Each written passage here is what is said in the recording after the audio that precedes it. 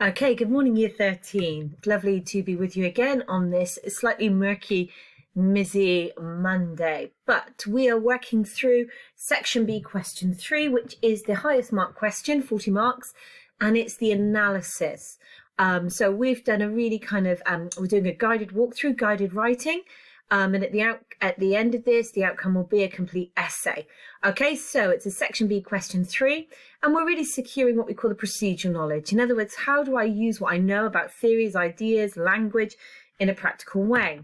Last time we were together, we looked at a shared bit of writing, okay, analysing how language is used in text A and text B to present views about attitudes towards the way people speak. We did a shared bit of writing unpacking the graphological and the opening sentence and section. So thank you, Maddie, for sending yours. I do have the feedback coming to you today. Okay, my lovely. So thank you for your patience. And what I would say is, although I'm not directly asking for the paragraphs as we go through, you can just wait and send the complete essay at the end. Or if you want a little bit of support and feedback, and it just helps you to manage the workload, you can send me the element, okay, at the end of each lesson. Okay, so with that in mind, today we're going to look at how do we analyze what we call the presentation of views, and how potentially do we look, and then next lesson, the closing section, and then you will write your own kind of summative, evaluative conclusion more independently. So we are going to just start with a starter. We're going to start with a starter. There you go. Now, I've got from text A and text B on the page 3 sentence extracts. Okay, so if you look at the text A column, roughly, we've got the words, the potentially sentence or clause, as job seekers worry their accents are holding them back. Number 2, parents fret their children will miss out on places at elite private schools unless they speak posh.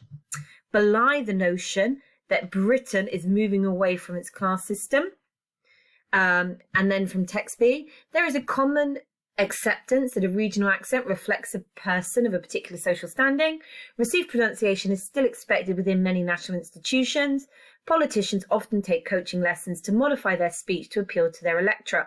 Now, your job is to press pause in a minute. I want you to give yourself, if we were thinking about this translating into an exam, working under time conditions, you would really only have about 15 minutes to look at the entirety of both texts. So your ability to do quick, snap labeling kind of responses is really important. So I'm going to ask you to give yourself no more than 5 minutes. If you've got a timer on your phone, a timer on your watch, and that's a generous 5 minutes. If you could do it in 3, that's probably more realistic. So see how confident you're feeling early on a Monday morning. Give yourselves 3 to 5 minutes to see across these extracts if you can come up with as much information as possible. Are they what sentence type, what clause type? Could you label the verbs? Can you find at least 3 other word classes that you could label? Okay, so press pause and off you go. Okay, now I've not annotated this up because I want you to listen. Okay, so hopefully there were some clues in the colour annotations. So these are the bits that I definitely want to just draw attention to. Some what we would say shortcuts, okay, to deciding what sentence type and or clause type we're looking at.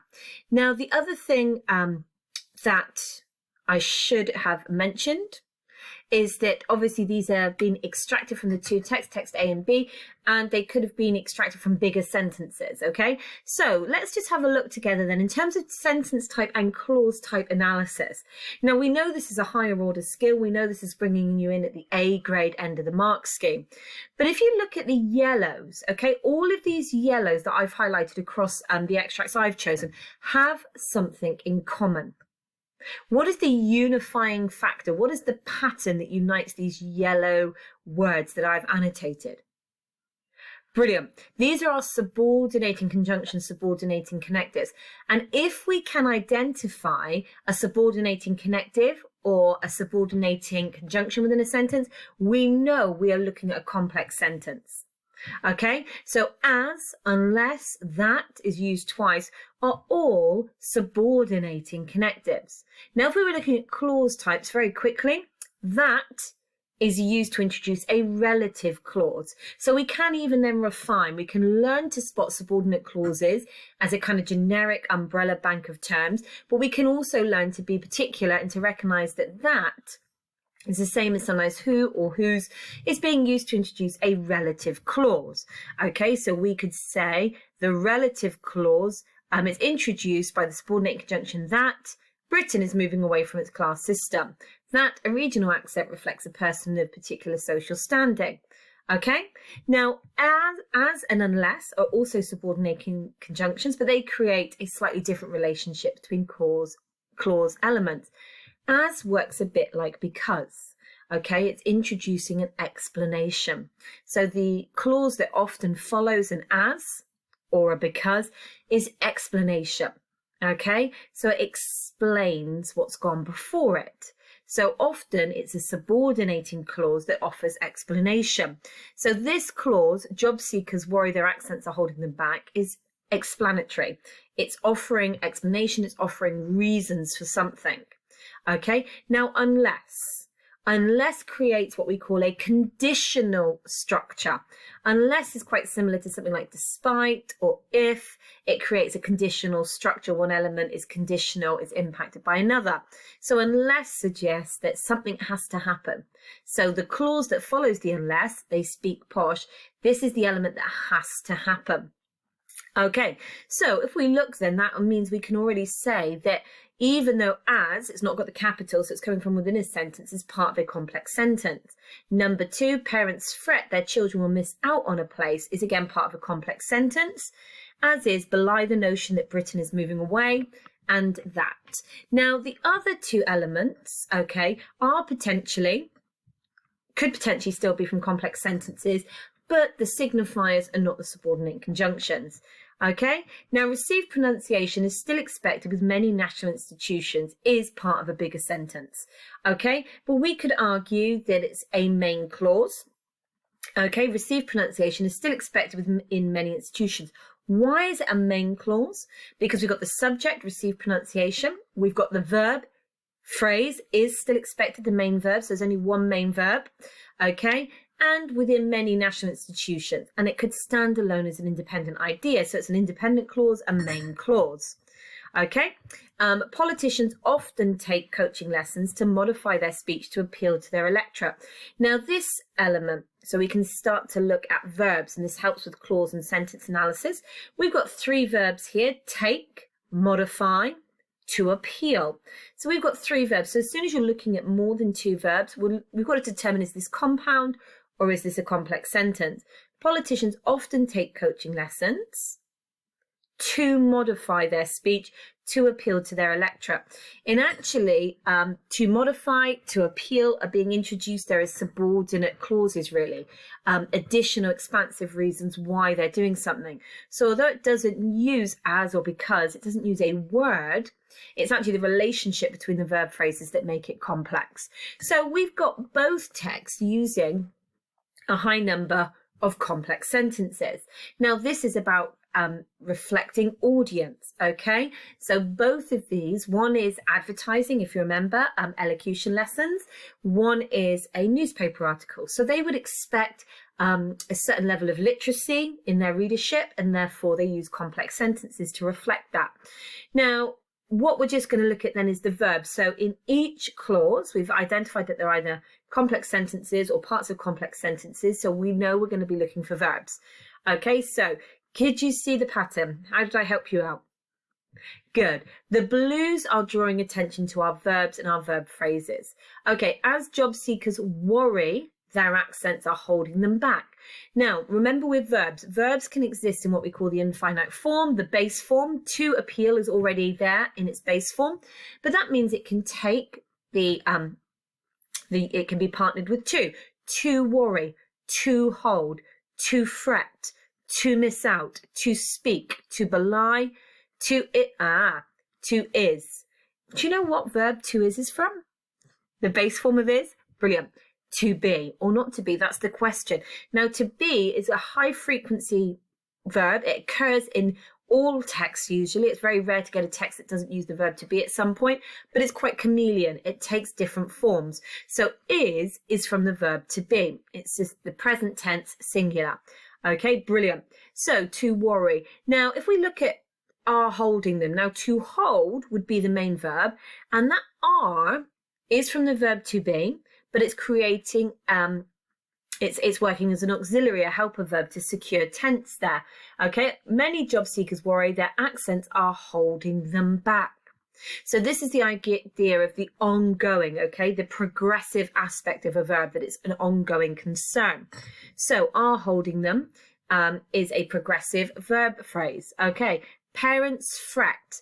Now, parents fret. What are parents doing? They're fretting. Fretting is an old-fashioned, or a more archaic, I should say, rather than old-fashioned version of worry. So we've got two verb choices here that identify what people are doing. They are worrying, they are fretting. They're linked to the semantic field of anxiety. So parents fret their children will miss out on places at elite private schools unless they speak posh. Okay, so parents are worried. Parents fret. What are they worried about? That their children are going to miss out on places at elite private schools unless they speak posh. So there's the conditional structure. What's going to allay parents' fears? What are going to get these poor kids into the best posh schools? That they speak posh. So the article, text A, is setting up this relationship between people's perceptions that people perceive. That doesn't mean it's truth. Remember, we've talked about perception before. It doesn't mean it's truth. It's the way people see things. People see the world as existing to benefit, to promote people that speak a particular way. Okay? And that's what's worrying them, that if they don't speak a particular way, it's going to have a negative impact on their future and their children's future. Now, the condition, the solution, unless they speak posh. So look at that verb speak. Okay, they speak. So they is the pronoun referencing back to the children. So we're starting to look at some other word classes now. Speak is the verb. Now, this is a present tense or a present progressive, so it's an ongoing concern unless they speak posh, an ongoing solution. Now you've got this lovely use of the adjective posh here, which is more colloquial and kind of like more slang term for what we see in the counter text, text B, receive pronunciation. So we've got speak posh, okay? So let's look at this one, belie. Now belie is, again, another archaic verb choice. Belie means to reveal a truth. Okay, it belies the notion. It reveals the lie, exposes a lie. That Britain is moving away from its class system. So what's the lie that people believe? Is that Britain has moved away from its class system, that Britain is no longer tied to a class system. Now, just remember, look at that use of the proper noun Britain there. It reminds us that text A is the Canadian article. Okay, it's not being written by a British journalist within Britain, reflecting on our own behaviours, our own culture. It's from an outsider's perspective. It's from the perspective of a Canadian culture looking into ours and kind of drawing attention to some of our cultural kind of idiosyncrasies, our cultural behaviours, oddities. One of them being that we are still very much, okay, defined by our class system. Now, class system there is the noun phrase, okay? So we've got some word classes. Now, with the greens, I was just trying to create groups. Okay, so one thing when you're looking for word classes is sometimes actually start to look for groups of words that are similar in theme, like what we would call our semantic groups or our lexical sets, okay? And then look at applying a label. So accents, posh, class system are all to do with the relationship here between speech and class. Okay, and what type of speech, what type of accent is beneficial within our class system? A posh one. Okay, so we can use semantic fields to group ideas, to identify patterns in a text. So we can say a lot from across a text. So let's have a look then. So we've got other nouns that I haven't picked up on, but we've got job seekers, we've got parents, we've got children. So we could have done them in like a pink because they would be a group, and what would link that group? These are people being affected. These are people that are believing that they are being affected. So job seekers, parents and children. Okay, brilliant. We could have looked at the word to link with posh, but a slightly different word. We could have looked at the adjective elite. or we could have looked at the noun phrase, elite private schools. So I'm not saying that if you've looked at other word classes that there's anything wrong with the word classes you've identified. I was just trying to suggest that there's a way that we can create patterns. Okay, so let's have a look then. There is a common acceptance that a regional accent reflects a person of a particular social standing. So we've got now still the green across both, so both texts are creating a relationship between speech, accent, and class. Okay, now interestingly, text B is a bit euphemistic. Now that means it's talking without trying to be unpleasant or biased. So rather than say a regional accent reflects a person who's working class, which we all know is the inference here, they use this seemingly neutral term, a person of a particular social standing. So both these texts are alluding to the kind of prejudice towards people that speak with a regional accent, or by absence of identification, who don't speak posh. Okay, so a person of a particular social standing. So that's a very kind of expanded noun phrase there that implies working class. Okay, now received pronunciation. Received pronunciation, there we've got the proper noun that names the posh accent that is desirable, the posh way of speaking that is desirable, is still expected within many national institutions. Now, this is actually the sentence that goes on to talk about RPs expected in law, in government, politicians. So it does expand this idea. But this main clause is saying national institutions. So institutions meaning groups within our society, like MPs, that are institutions. In other words, they're established, they're desirable, they're associated with privilege and prestige. And in those privilege and prestige institutions, they're speaking received pronunciation. So remember, text B is advertising. It's trying to say that this makes received pronunciation desirable. It's going to give you access to the national institutions, the established professional groups. Okay, it then talks about politicians. Okay, so linking to the noun national institution, we've got a particular group identified through that noun choice. Politicians often take coaching lessons to modify their speech to appeal to their electorate. So actually then we've got coaching lessons, speech, RP. Now coaching lessons is a noun phrase that's being used here too as a synonym for elocution, a synonym for how we learn to change our accents. And they've used this very seemingly technical now verb, modify. Okay, so this idea that change is now being presented as modifications, and we modify things to make them better. That's actually the explicit meaning of modify. To modify means to change something to make it better. So the implication here is that, track it through, regional accents, okay, suggest you're working class. That's not going to help you get access to the privileged position places in society as represented by the national institutions. You need to modify a regional accent so that you can take on received pronunciation, and that's going to make you more appealing.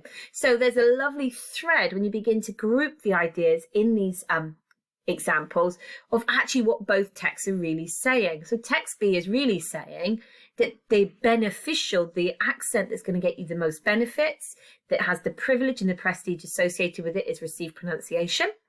If you maintain a regional accent, if you don't modify it in any way, it's going to go against you because it's going to suggest that you're a person of a particular social standing. It's going to exclude you from national institutions. It's going to exclude you from politics. It's going to exclude you from law and government. And that creates a silent kind of anxiety and worry, which is why then people pay for elocution lessons. Okay, now remember, text A is identifying the same concern or a same issue, that people are adapting, changing the way they speak in order to eliminate their worry, their threats, their anxieties, that they are being excluded from job opportunities, schools, because they don't represent or don't fit within a particular class structure. Okay, so we've got lots of labels. Now that's the information that we're going to use today to do a bit of writing. Now we're going to remind ourselves of the models. Okay, we're going to do a bit of shared writing here, and then we're going to look at our imaginary, well not imaginary, but our student A, who did an A grade essay, okay, and did really well. So I've just made my screen smaller because I need to do a little bit of shared writing with you. Now, when we do this kind of writing, we know it kind of gets turned all the way up to 11. It ends up being a lot more elaborate than probably you would achieve under exam conditions because I'm overthinking it. I can quickly edit and type. And actually, we know then that it's not wholly natural. I would encourage you to practice these kind of moments as a revision tool. Any of the sentences on the previous slide, you could say to yourself, right, here are the sentences. I'm going to use this acronym and I'm going to turn them into a paragraph. I'm going to give myself the magic 3 minutes to do it and see how far through the acronym you achieve. Now, I could therefore try and be as good as I said and not spend longer than, well, because we're going to talk as we do it, I'm going to put a limit on for 6 minutes then. If I'm still talking in 6 minutes time, fast forward me. If I'm still talking in 6 minutes time, send me a strongly worded email of complaint. No, so we're looking at this as job seekers worry their accents are holding them back. Now we have to identify and interpret the perspective first of all. So this isn't, so whose point of view of this? Well, this is a journalist telling us what other people are experiencing. So it's kind of like that third person account. A journalist is telling us, sharing with us information about what other people are doing. Now, and it's focusing on the perspective of job seekers. Okay, there's that noun phrase, job seekers, and that they are worried and anxious. So, okay, so we're going to turn that into our starting point, our I, identify and interpret a perspective. So we're going to say the writer, oh, there we go. Oh, by the way, my 6 minutes has started, so I'm on 21. So if I'm still talking at 27, I've only begun. Okay, so the writer offers the perspective of job seekers. Now,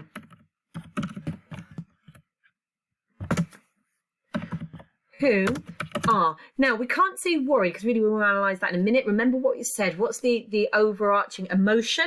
We said anxiety and concern. Worry and fret are a part of that. So the writer offers the perspective of job seekers who are anxious and concerned that the way they speak has a detrimental impact on their lives. So, oh look, there we go. So there's my I. Okay, I've identified and interpreted my perspective, the viewpoint. I've made a distinction that the writer is offering the perspective of job seekers. So there is a distinction between the two, who are anxious and concerned that the way they speak has a detrimental impact on their lives. Brilliant. So now we're going to be describing the language. That's why we did that activity, that start activity, to make this bit fast. So we're going to say within the complex sentence, the subordinate clause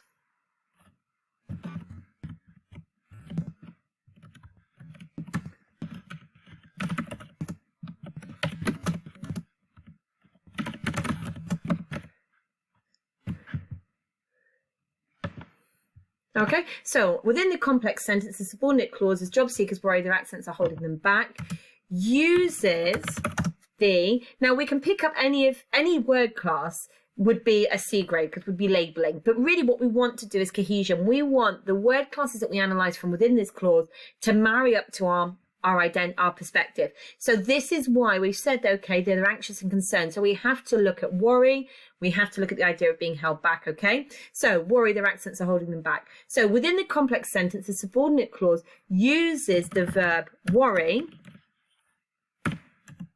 So now we could just quickly say, okay, uses the present progressive verb worry. There we go. So there's all my labeling. So can describe how the language works. So I've got lots of labels there. So now I'm beginning to explain. So explain, remember, what do the words mean? What representations do they create? So within the complex sentence, the subordinate clause, as job seekers worry their accents are holding them back, uses the present progressive verb worry. And it's not hiding anything. This is what we would call explicit. It's really obvious, yeah? To explicitly name how people are feeling. To explicitly name how people are feeling. Okay? This group of people within society are concerned that they are being. So then we're going to say held back, which means that they are, what does it mean to hold somebody back? What does it mean? That they're not able to progress, which means that they are unable to progress and move forward and move up in society, as they do not use the right accent. How are we doing? I've got 2 minutes. Okay, so that's me explaining. And is it perfect? Probably not, but I'm trying to keep to time and I've only got 2 minutes. But I've begun to explain. Now, as we're doing paragraphs like this, the more you practice them, the greater your fluidity comes, the more confident you become. Really, that's an overlong sentence. I'm already overlooking at it. I'm going to do that so I can't see it. So let's see what comes next. Now, we have to appreciate in context, and then we have to try and link and compare into the next text. So the writer offers the perspective of job seekers who are anxious and concerned that the way they speak has a detrimental impact on their lives. Within the complex sentence, the subordinate clause is job seekers worry their accents are holding them back. Uses the present progressive verb worry to explicitly name how people are feeling. This group of people within society are concerned that they're being held back, which means that they are unable to progress and move up in society if they do not use the right accent. Now, we've got to appreciate in context. So we're going to say, interestingly, okay, because remember, this is a Canadian newspaper, so a different culture looking and commenting on our culture. So interestingly, this comment on British culture and society is offered from the detached point of view of a Canadian newspaper.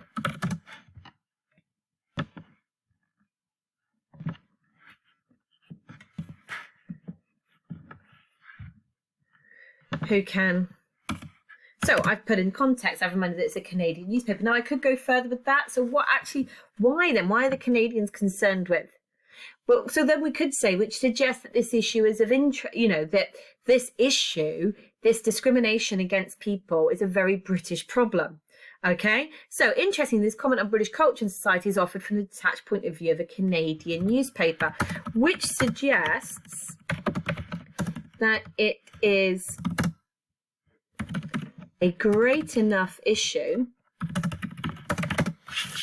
a great enough issue to draw the attention of other countries. So what this emphasizes, so this reinforces the concern or the issue. This reinforces the issue that people are... I've used concern before. Oh my gosh, and I'm on 28. So this reinforces the issue that people are questioning whether it is right to pressurize people to change the way they speak,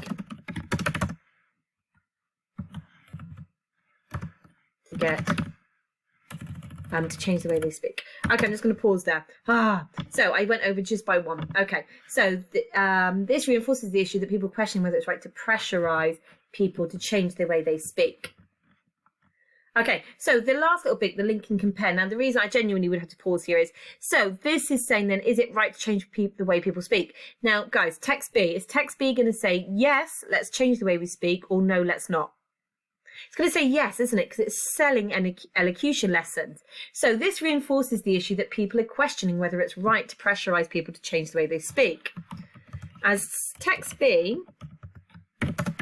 is selling the concept of change,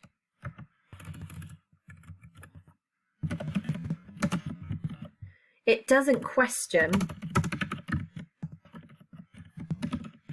whether it is ethically right to change to adapt, because we've used change, to adapt your speech.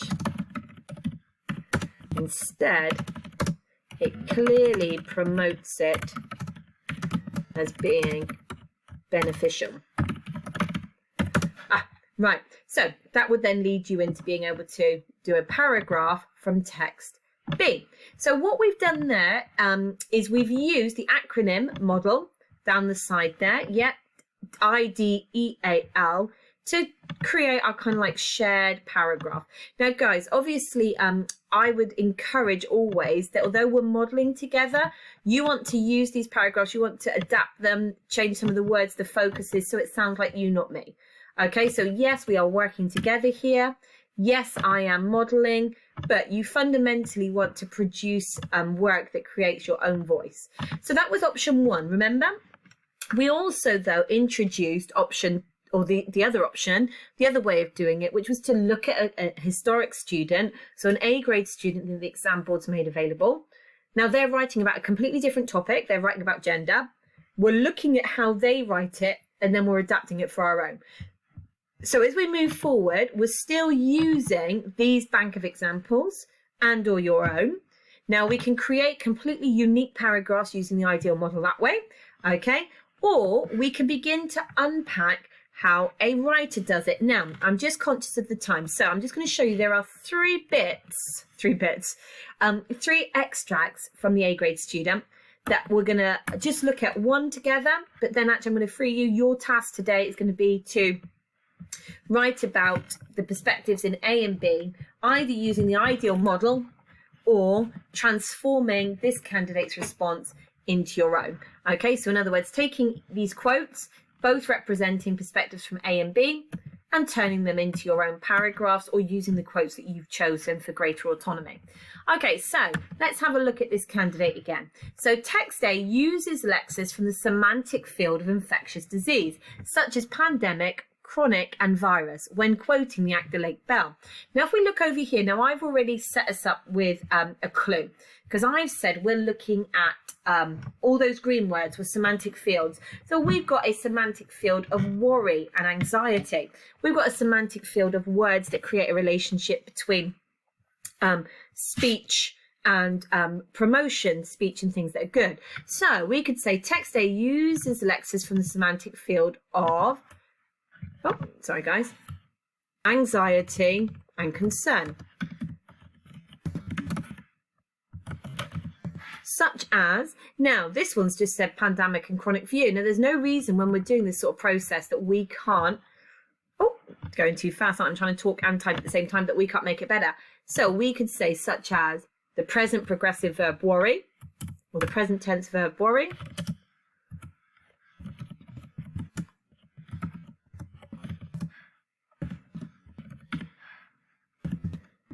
and fret.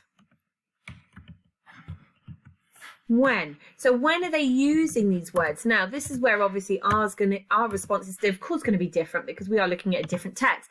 So our person says when quoting the Actor Lake Bell. Now, ours isn't quoting anybody. Ours are using the semantic field of anxiety and concern.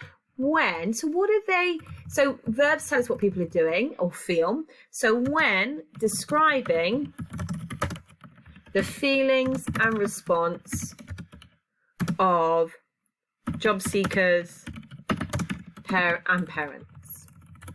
Who are what's happening to those job seekers and parents who are under pressure to change the way they speak.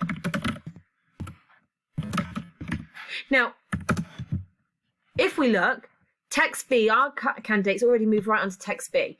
Now, there's a bit of me that wants to keep that idea going because sometimes when you start to write, you think, actually, I could add that, I could explain that. Now, I really want to say, so that worry and anxiety do put a negative pressure on people. Worry and anxiety make people feel like they're not in control. They have very little choice. I could take that further. This suggests that people are under the wrong kind of pressure if we had all the time in the world. But let's just look at what the candidate does next to help us do the text B bit here. So text B attempts to root itself in a feminist perspective. then negates the idea of freedom and expression by dictating how women should speak. So actually, although this is a very subtly, like a small sentence, it's subtly very clever, because this candidate is actually challenging what one of the texts is doing. So text B does a similar thing. Now, text D isn't claiming to be feminist, and it's not claiming to be all about freedom for women and then does something different, but it is doing a very clever thing. Well, not clever, it thinks it's being very clever. Now, when it talks about regional accents reflect people with a particular social standing, text B is attempting to root itself as being neutral, as not being discriminatory, as not being prejudiced. So it attempts to use neutral language, a person of a particular standing, in order to achieve that. However, it then goes on to clearly promote one particular way of speaking as being beneficial. So it's, rather than coming out and overtly saying, oh, we're prejudiced against certain accents in favour of RP, it tries to do it in a neutral way. So we could say that text B attempts to root itself in a neutral,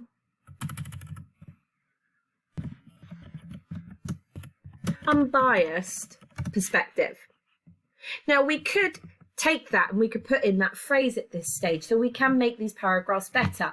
You know, the use of the expanded noun phrase, person of a particular social standing. Okay, but we're just going to follow this model for the minute. Text B attempts to root itself in a neutral, unbiased perspective. Then, now, our candidate uses the word negates. Now, negates is a good word, but doesn't really work in the context here. Negates mean kind of cancels it out. So text B attempts to root itself in a neutral, unbiased perspective, then reveals, reveals, and then reveals, or then contradicts. There we go, that's a better word. Then contradicts this neutrality by promoting RP as the beneficial way to speak. So actually it's contradictory. It says, oh yeah, everything's neutral, everything's good, but then it ends up promoting RP. So let's have a look what it does next then. Text B uses the opening patriarchy is invented to position an intended audience. So actually this is where we can bring in that example. So text B uses, so do you remember we said it's the noun phrase?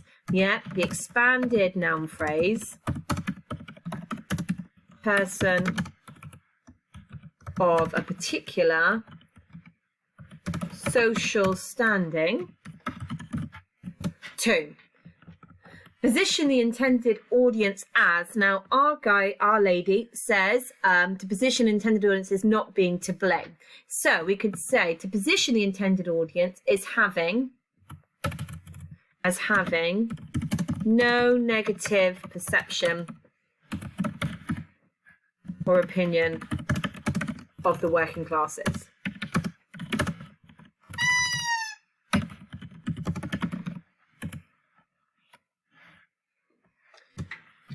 Whereas the bias emerges in favour of RP speakers. Okay, now, although I just want to highlight this for us, this is more or less effective. So our candidate says, okay, I imagine this to be more effective than the Daily Mail positioning it as the fault of women. Okay, because it's saying that women are a victim of a system here, whereas the other one says that women are the problem. Now, do you think, which is presenting the issue more effectively, text A or text B? Now, that's what it really means. Now, this is an A grade moment, because as soon as you start saying this is more or less effective than text A or text B, you're evaluating. And this is what gets you that A grade. So you could take your paragraph to above the yellow band that I've just highlighted, and that would be a really strong kind of like B, C grade. If we really wanted to intentionally aim for those A grade moments, we have to be evaluative. So phrases like this is more or less effective than is evaluative language. So we could say which is working better? Effective means out of the two texts that we've analysed so far, which is working better? Now, I would argue maybe that text A is more informative. It's more because it's more journalistic, but we could argue that text A, this is more effective in terms of achieving purpose. Okay, that text B is more effective in trying to achieve its purpose because it maintains more biased, seemingly biased language. Okay, so it's up to you at this point. It then says later in text A. So guys, your challenge for the rest of the lesson, okay, you can look across what the candidate has done in their next couple of paragraphs, but I want to just take you back to our little plan here. I would love you, by the end of this session, to have at least analysed the presentation of two views. So to take a view from text A and a view from text B. Okay, that you analyse using one of the methods we've discussed here. So your essay so far by the end of today should have an analysis of the graphological features, so the titles, an analysis of the opening section, and then two views, two from A, two from B. We're going to look at the closing section and the evaluative conclusion next time we're together, okay? So, in other words, you're in the next section of your essay. You've got the candidates included in the PDF, so you can continue to just read it over in your own words. But remember, we are analysing a completely different text. So that's our work for today. Thank you for your attention, and I look forward to seeing your work soon.